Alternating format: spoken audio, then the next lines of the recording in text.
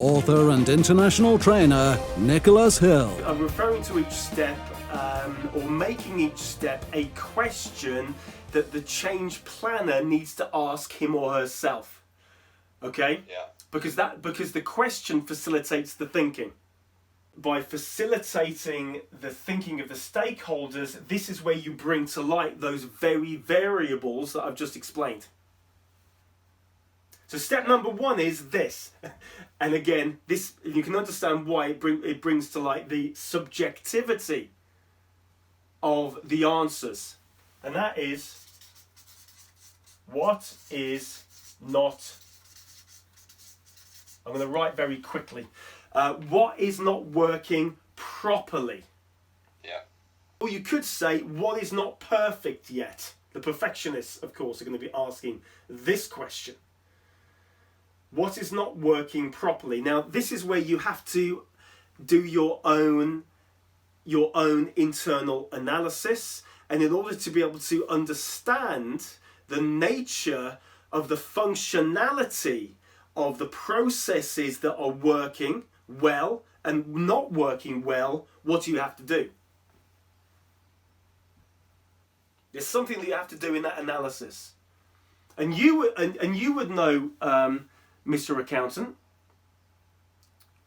from budget and actuals. Yeah. Well, for me, it's probably be a bit wider than just sort of financial performance, but from a management perspective, and it's good practice too, is we have a number of KPIs which we monitor the business's performance on, which could be financial, it could be non-financial, and it's those KPIs which show us whether something's working the way we want it to work or if it's not perfect. Yeah. The KPIs are a result of what you do here, though. The KPIs come later. When you have to first of all explore the analytics and do the analysis.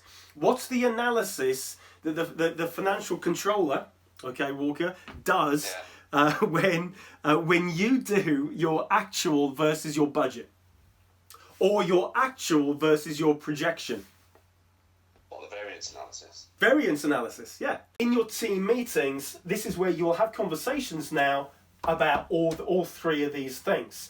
But you won't necessarily have conversations in this delineated fashion. This is how sometimes these meetings can be rather inefficient, where you'll talk a little bit about this and then you'll jump to this and then talk a little bit about that, or someone will jump back to this and have their say about this.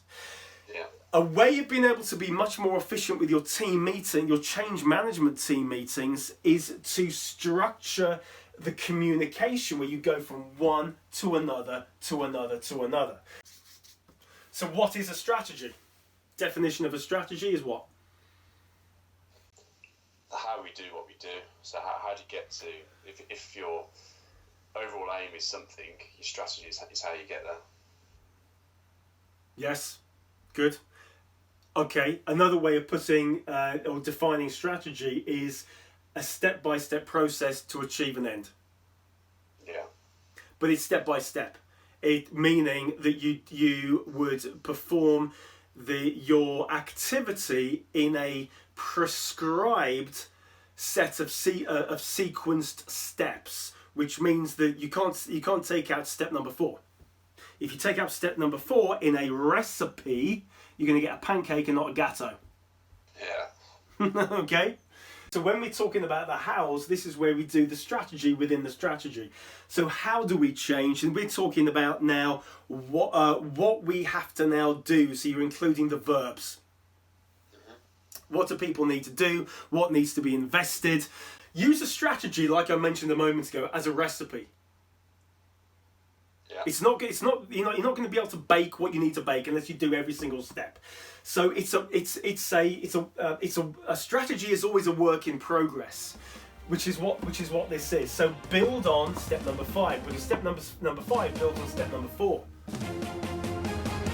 Enroll on this masterclass now to influence your output, growth, change and culture. Enroll now at nicholashill.com or call 0345 678 9900.